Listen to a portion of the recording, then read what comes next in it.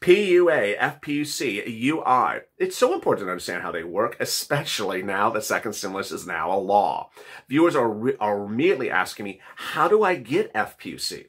Well, it's automatic. It goes on top of your UI and PUA. Well, how do I certify for benefits? How do I apply? How does this all work? In this great overnight video, I explain PUA, UI, and FPUC. Answer questions, obvious questions, and get them simple and forward to get you from the finish line and heading to the bank where you collect that moolah.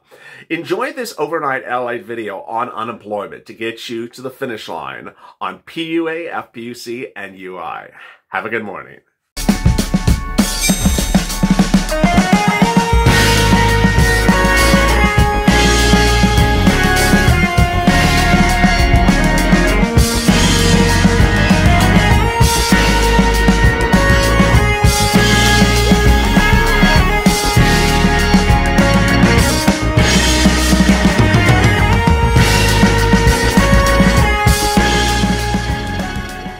Pandemic unemployment assistance heats up as more hacks delay payments further. But when are states going to get on the ball? This is a Sunday update from LALATE. Hope you're good and safe and healthy. Thanks for tuning in. As always, hit that subscribe button and drop some comments below. And always bang that bell button on the this channel so you get alerts when a new video goes live about pandemic unemployment assistance. And we'll be answering all 32 of your great pandemic unemployment assistance questions from Saturday shortly. But here is the news. And it is disconcerting, but several states have had security breaches, and LA has detailed them progressively over the last 7 days, and it just seems to get worse. The problem, basically, is that breaches are occurring. States are not forthcoming. They're not revealing the breaches until days, weeks, or months later, and we really don't know what's going on. But making it even worse is that the payments in those same states have not gone out. The states that have suffered breaches are delayed in their payments, and yet the representatives say, hey, we don't need to tell you about what happened with the breach. Well, you do need to tell us what's happening with the payments. So let's get to some of your questions right now, all 32 of them from PUA and unemployment assistance yesterday, and see if we can work through it. BW Irving, $600 a week extension approved. I believe it will. Gene Chrome, hey, Ellen, it was a pleasure to see you every day. Hope Mitch has a good retirement plan because he's going to need it. He's out for sure. She's referring to this channel's remeet of Mitch McConnell in BUA and unemployment and second stimulus package yesterday. Let me ream him again in a little bit right now. Mitch McConnell does not want to extend your PUA benefits. Oh boy, there goes the wind. Past the month of July. The Democrats want it to go all the way to January if you're still impacted by COVID-19. He says, you know, you're going to be a welfare state. You're not going to work. You don't need the money. And he's saying that while he's with his feet up in his $1 million mansion. Mitch, I don't know what the economics is of the of COVID-19 now, seems to say he doesn't know what anything is, but certainly knows how to say no to you a lot. So that is Mitch's current position. Let's see what happens next. Samantha, thanks, my dearest LALATE. You answer all my questions. You spoil us. You take videos, a lot of dedication on your part. Can't tell you how much we appreciate it. Thank you, Samantha. Watch our videos to the very end. Like and subscribe. Hit the bell. Share your videos on YouTube. I mean, on Facebook and Twitter. It helps the algorithm. We had very bad algorithm results on Friday. My God. That Saturday, the algorithm was good to us. And today, so far, it's been good to us. But boy, we took a very bad hit on Friday. Grandma Ducky, California, you are on spot. It's been pending since the 24th. Ooh. Samantha 109. My mother has 1099 and W-2 for 2019. Greater amount is a 1099. Will she be eligible for PUA if she has a 1099 and a W-2? So, I mean, this has been one of the hardest questions that we've gotten since April 28th. When you have a PUA, when you have an unemployment gig, when you have a self-employed gig and an employment gig, which one do you apply for? Do you apply for unemployment assistance? Do you apply for PUA? And what I have said is the following. It's easiest in this analysis, and I don't know if this is the case with you, Samantha, if both of them were impacted by COVID-19, which usually they are. So then it doesn't really make a difference which one you're applying for. You're not doing anything wrong because you do qualify for one or the other. But when you go to escalating benefits, if they both made over $30,000, it also doesn't make much of a difference because you're going to get escalated benefits to maximum benefits. It's just when one of them was a real winner in 2019 and made over $30,000 and the other one was a dog and didn't make a penny, then you certainly want to be in the path of the one that made all the money in 2019 and go its path. So if both entities made good money in 2019, it doesn't really make a difference. But if one of them made a lot and the other one just made nothing, you don't want to go through the process of the one that made nothing. Jim Reyes, LA Epic in the house, keeping the bombshells coming. Keep sell some sway, LALATE hoodies. Oh, thank you. You want some sway or swag? I think you mean swag. Alex Melendrez, love your videos. Can you still get PUA and accept PSBA EIDL loan? Yes, of course. Cutie Pie.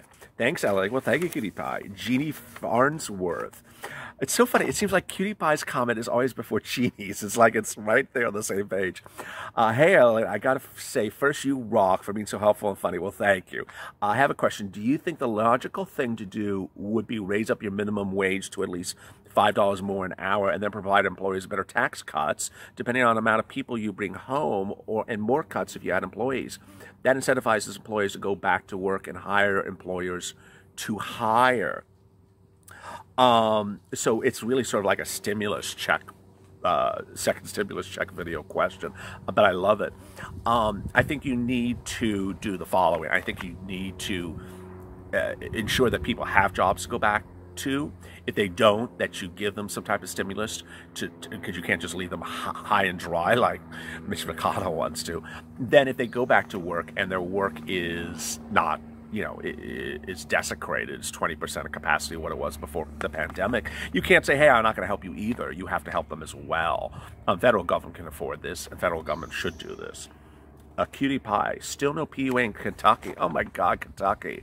The core of the security breaches. 8 weeks tomorrow. 8 weeks and no money for PUA. This is just horrible. DeLeon. McConnell stole the money. Well, goodness. I went to this show with someone by the same last name. A very unusual name. Gustavo Soto.